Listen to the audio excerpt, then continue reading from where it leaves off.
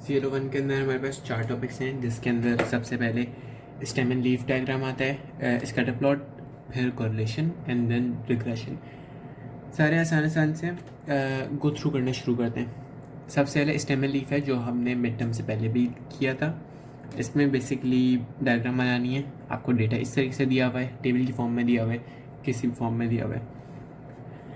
इसको ड्रॉ करने का ये तरीका होता है, सबसे पहले ये चेक कर लो कि तुम्हारे पास कौन कौन से स्टार्टिंग नंबर्स हैं, यानी सिंगल डिजिट है।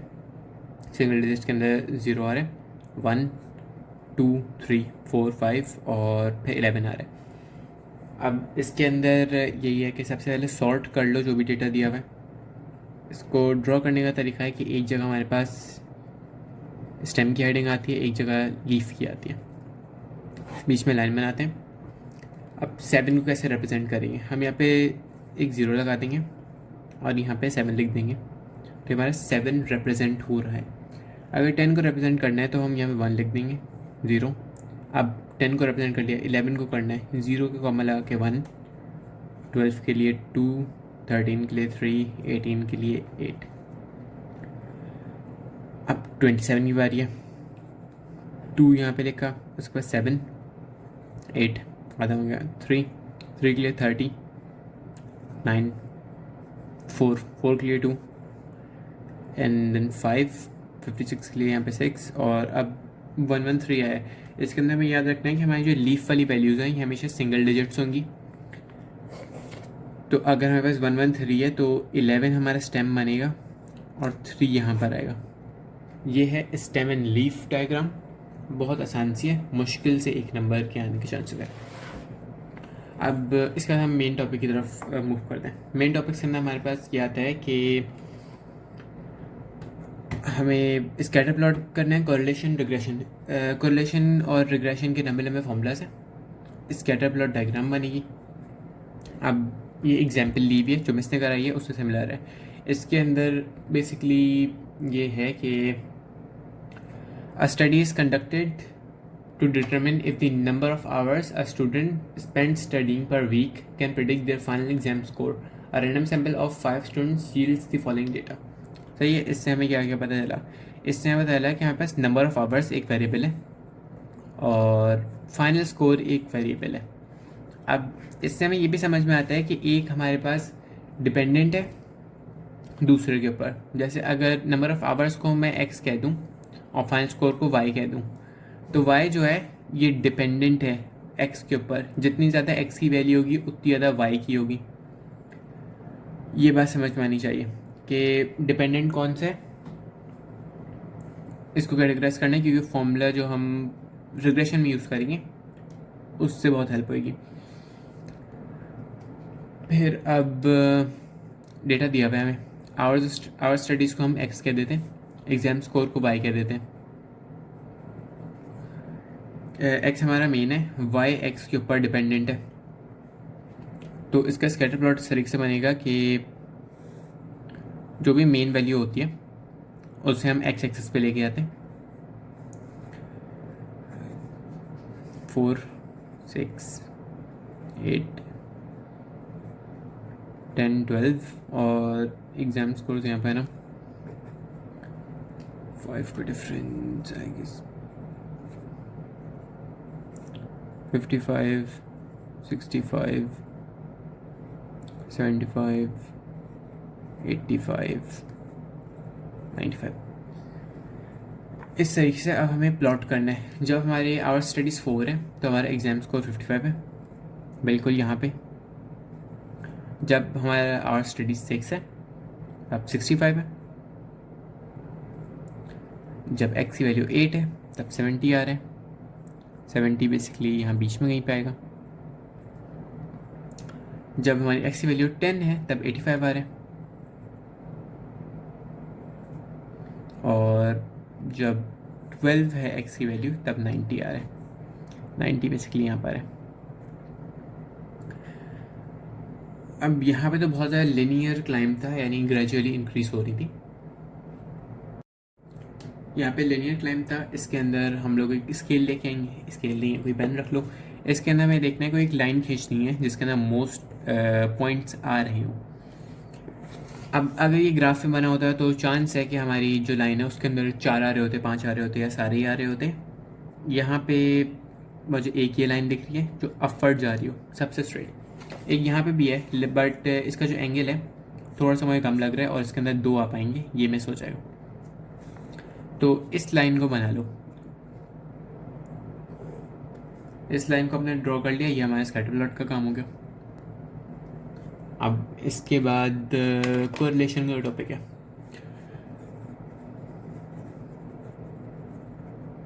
कोरिलेशन में एक बड़ा सा फॉर्मूला है, उसको मैं लिख लेता हूँ। और कोरिलेशन का जो वेरिएबल है वो आर है।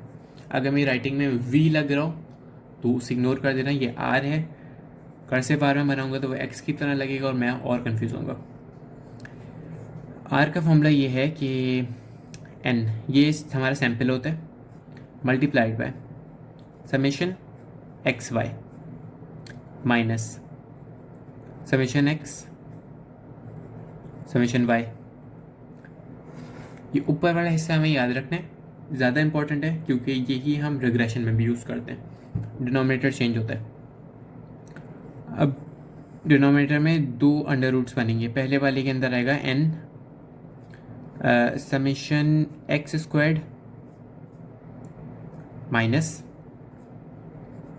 समेशन एक्स का स्क्वायर। सही है, ये जो नॉर्मल वेरिएबल दिया हुआ था उसके सम का स्क्वायर ले रहे हैं, और ये है पहले हमने नॉर्मल डेटा का स्क्वायर लेके न्यू एंट्री बनाई है, नया कॉलम बनाया और उसका सम लिया, मल्टीप्लाइड बाय दूसरा अंडर रूट। इसमें बेसिकली सेम वैल्यूज़ हैं, summation y squared minus summation y square. अब इतना लंबा सा जो फॉर्मूला है, इसके लिए एक टेक्निक जो मैं रेकमेंड करूँगा, जैसे जैसे टेबल बन रहा है कि हमारा एक एक्स का बन गया, एक वाई का बन गया, उसके आगे एक एक्स स्क्वायर्ड का बना लो, एक वाई स्क्वायर्ड का बना लो और एक एक्स वाई का बना लो। जितना जल्दी ये काम हो सकेगा उतना जल्दी हमारा सॉल्व होएगा। और अगले सवाल में दोनों को रिलेशन और रिग्रेशन पूछा हुआ है तो दोनों में हेल्पफुल है। जब ये हमारा इसकी कैलकुलेशन पूरी कर लो तो इसके सामने ले लेते हैं। मैंने थोड़े से लिए हुए हैं। इस बार समेशन एक्स का आ रहा है 40,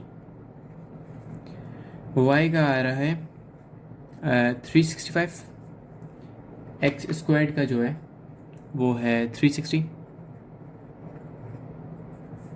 वाई स्क्वायर्ड का जो है वो है, वाई स्क्वायर्ड का मैं नहीं लिया, वाई स्क्वायर का ले लेते हैं। और एक्स वाई का जो है वो है 3100। अब इसके बाद हमें कैलकुलेशन शुरू करनी है। इसको यहीं पे कर लेते हैं, यहाँ पे कैलकुलेटर के अंदर कर लेते हैं।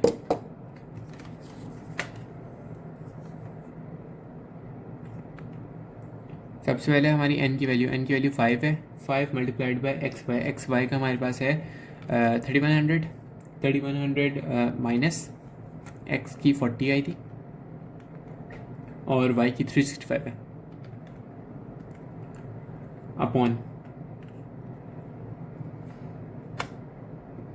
Under root 5 multiplied by x squared की आई थी 360 माइनस 40 स्क्वायर्ड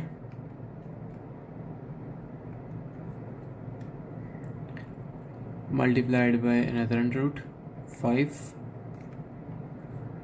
वाई स्क्वायर्ड की जो हमारे पास वैल्यू थी वो थी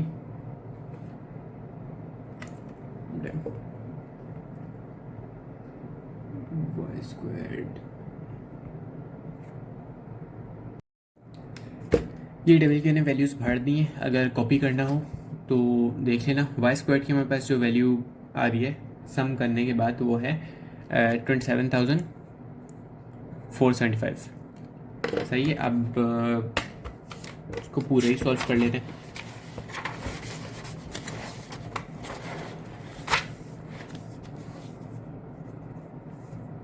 R इज इक्वल्स टू हमारे पास है n multiply by x y, n हमारे पास 5 है, एक्स वाई की वैल्यू हमारे पास 3100 है, माइनस 40 एंड देन 360,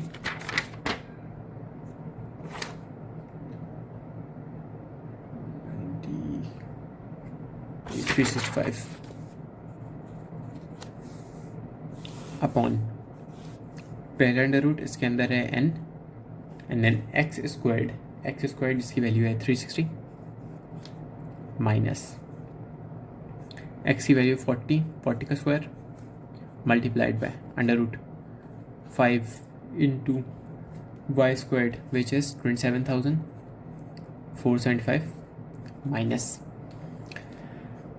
365 स्क्वायर्ड। इसको डायरेक्ट कैलकुलेटर के मैं सॉल्व कर लो, अलग अलग से सॉल्व कर लो, या फिर एक दफ़ा में ये साइन लग गया तो वो कर लो। मैं डायरेक्ट करके दिखा रहा हूँ। 3100 minus 40 and then 365 under root 5 multiplied by 360 minus 40 squared multiplied by under root 5 multiplied by 27 4 sin 5 minus 365 squared। तो r की जो हमारी वैल्यू आ रही है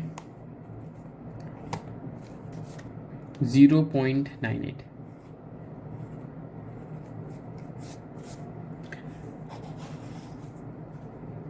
इससे हमारा क्या कैलकुलेट होता है, कोरिलेशन कैलकुलेट हो जाता है। अब रिग्रेशन की तरफ मूव करते हैं। रिग्रेशन के अंदर फॉर्मूला सेम है ऑलमोस्ट,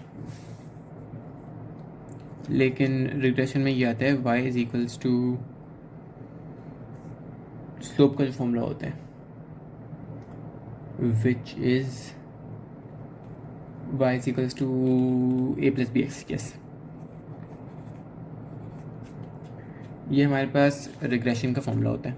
सही है। अब इसके अंदर से हमें y सबसे आखिर में कैलकुलेट करते हैं, वैसे a b और x कैलकुलेट करना होता है। सही है। b के लिए जो हम फॉर्मूला यूज़ करते हैं, b ऊपर वाला फॉर्मूला उठाते हैं, ऊपर जो कुछ भी हो रहा था n into summation x y minus summation x summation y upon, सिर्फ नीचे वाली चीज़ें चेंज होती हैं। नीचे जो x वाला हमारा शुरू का होता है ये उठाते हैं और हम इसके अंदर स्क्वायर रूट को रिमूव कर देते हैं, तो ये बन जाता है n multiplied by summation x squared minus summation x square. इधर से हमारा b कैलकुलेट हो जाता है। b कैलकुलेट करने के बाद हम a कैलकुलेट करते हैं, a का अलग फॉर्मूला होता है, और फिर x पे आता है हमारा। उससे पहले हमें मीन्स भी निकालने होते हैं। बिफोर मूविंग ऑन, ये भी मुझे बताना है कि हम r की जो वैल्यू हमने निकाली है कोरिलेशन की, अब इसकी अलग अलग रेंजेस होती हैं। सही है। एक होती है ±0.8 to 1। अगर इस रेंज के अंदर तुम्हारा आ जाए तो इसका मतलब तुम्हारे जो दो वेरिएबल्स हैं x एंड y जिनसे तुम डील कर रहे हो उनका स्ट्रॉन्ग कोरिलेशन है, यानी वो तो एक दूसरे को ज़्यादा अफेक्ट करते हैं। एक की वैल्यू ज़्यादा होगी तो दूसरे की भी उतनी ही ज़्यादा होगी। सही है। अगर 0.5 से 0.8 की रेंज के अंदर आते हैं तो वो मॉडरेट कहलाते हैं, यानी अगर इंक्रीज एक होगी तो दूसरी भी अफेक्ट होगी उससे, बहुत ज़्यादा नहीं हो, उतनी ही बराबर नहीं हो, लेकिन अफेक्ट ज़रूर होगी। और अगर 0.2 से 0.5 तक की रेंज के अंदर है तो ये इस समय यह ज़ाहिर होता है कि अगर एक वैल्यू को बहुत ज़्यादा बढ़ाएंगे तो दूसरी वाली भी स्लाइटली अफेक्ट होना शुरू होगी। और 0 to 0.2 अगर इस रेंज के अंदर है तो हमारे ये होता है कि कोई कोरिलेशन है ही नहीं। अगर हमारा सवाल देखें, फॉर एग्जांपल इसके अंदर ये बात की जा रही है कि नंबर ऑफ़ आवर्स स्टडीड और मार्क्स, हमारे पास यहाँ पे जो कोरिलेशन आ रही है वो 0.98 है जो स्ट्रॉन्ग के अंदर आ रही है। तो इससे हम ये प्रूफ कर रहे हैं कि हाँ, अगर तुम जितने ज़्यादा घंटे लगाओगे पढ़ने में उतने ज़्यादा मार्क्स आएंगे।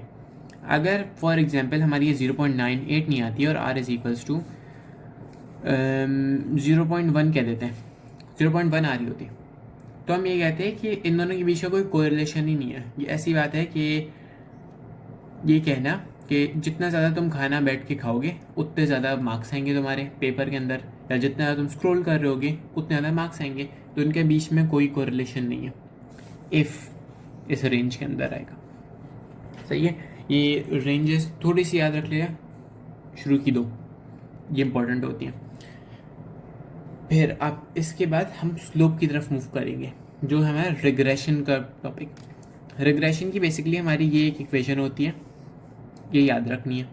इसमें हमें वाई कैप निकालना है, उसको निकालने के लिए हमें ए और बी की वैल्यू पता होनी चाहिए, और एक्स हमारा एक ऐसा वेरिएबल है जो हमें फाइंड करने कहा जा सकता है। अगर ये कहें कि सवाल में ये लिखा हुआ होता है कि find regression equation for number of hours studied is equals to 9, अगर 9 घंटे के लिए निकालने कह देते और हमारे डेटा के अंदर 9 की कोई एंट्री नहीं थी,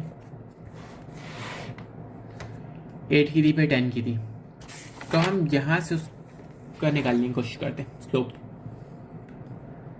फॉर्मूला यही लगेगा। सही है, अब बी निकाल लें।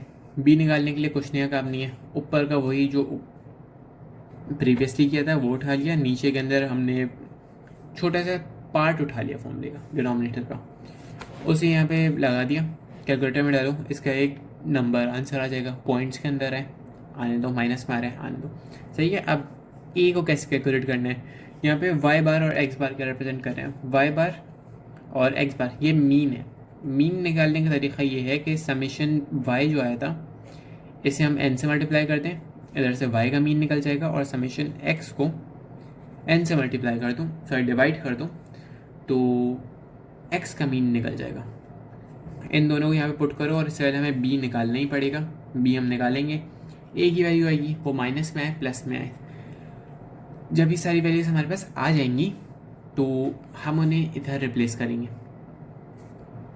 इधर रिप्लेस करने के बाद अगर हमें ये एक्स की वैल्यू 9 नहीं दी हुई, कुछ भी नहीं दिया हुआ, तो आखिरी सोल्यूशन के अंदर हम y is equal to number, there will be some number that will be represented by a plus something multiplied by x, यहाँ पे फाइनल इक्वेशन ला के छोड़ देंगे। अब अगर कैलकुलेशन के अंदर हम उतरें, अब b को पहले कैलकुलेट करते हैं। b is equal to n क्या था, 5 था, 3100 माइनस 40 365 अपॉन ये वाला हिस्सा उठा लो, 5 360 माइनस 40 स्क्वायर्ड। इसका जो आंसर हमारे पास आता है वो है 4.5। बी का आंसर हमारे पास 4.5 आ गया। अब हम लोग ए को कैलकुलेट कर लेते हैं। ए कैलकुलेट करने के लिए अगर मीन अलग अलग से नहीं निकाले तो फॉर्मूले के अंदर भी हम रिप्लेस करने की कोशिश कर सकते हैं। जैसे y की जो वैल्यू थी वो थी 365 अपॉन 5। सही, ये y की मीन की वैल्यू है, माइनस 4.5 हमें अभी मिला है, और 40 अपॉन 5 जो है वो x की मीन की वैल्यू है। अब a की वैल्यू हमारे पास यहाँ से जो आ रही है वो है 73 माइनस 36 which is going to be equal to 37। A की हमारे पास वैल्यू आ गई, बी की वैल्यू आ गई। अब जो फॉर्मूला है रिग्रेशन का, रिग्रेशन इक्वेशन, इसे रिग्रेशन इक्वेशन कहते हैं, इसे सॉल्व करते हैं। इसे फिर से रिराइट कर लो, y is equals to a plus b x. सही है, अभी हम यहाँ पे x को ऐसे ट्रीट कर रहे हैं कि हमें इसकी वैल्यू नहीं पता। y कैप निकाल लें, y cap is equals to a की वैल्यू हमारे पास 37 थी, 37 प्लस 4.5 इंटू एक्स, ये हमारा फाइनल आंसर है अगर हमें x की वैल्यू नहीं दी हुई। सही है, लेकिन अगर अजूम करो कि सवाल का कोई पार्ट था जो कहता था x इक्वल्स टू 9 फाइंड करना है तुम्हें, या फिर x इक्वल्स टू 14 फाइंड करना है, ऐसा जो एंट्री टेबल के अंदर नहीं थी, तो बेसिकली x की जगह 14 डाल दो।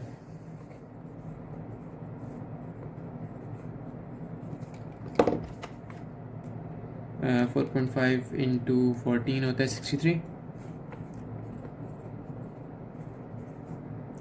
ये 100 के बराबर है।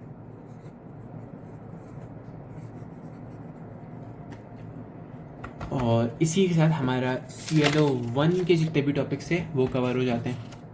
फिर से ओवरव्यू करते हैं कि मेथड ऑफ सॉल्विंग क्या है। अगर स्टेम एंड लीफ आएगी तो उसके अंदर बेसिकली सबसे पहले सॉर्ट करने,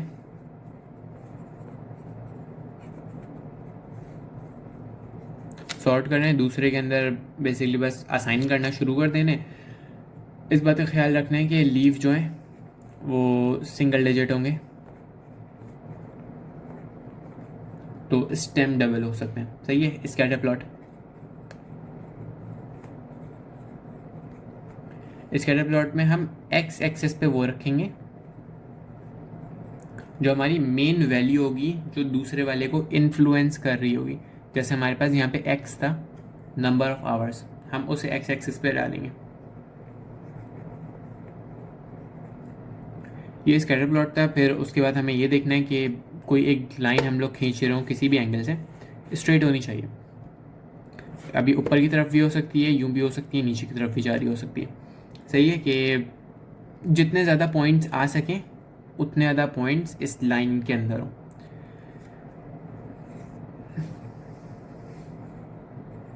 ड्रॉ लाइन। सही है। ये स्कैटर प्लॉट था। इसके बाद था कोरिलेशन। सवाल में जब कोरिलेशन में पता चल जाए कि कोरिलेशन का ही सवाल है, तो सबसे पहले एक्स असाइन कर लो, फिर वाई असाइन कर लो, कॉलम्स बना लो x squared, y squared, x y के, और इन सब के सम ले लो। इधर से हमें आर निकालने की आसानी हो जाती है। फिर अब है रिग्रेशन। रिग्रेशन में बेस जो हमारी इक्वेशन है वो याद रखनी है, जो है y is equals to a plus b x. सही है। ये याद रखना है कि b निकालने के लिए हम ऊपर वाली वैल्यूज यूज़ करेंगे, जो है n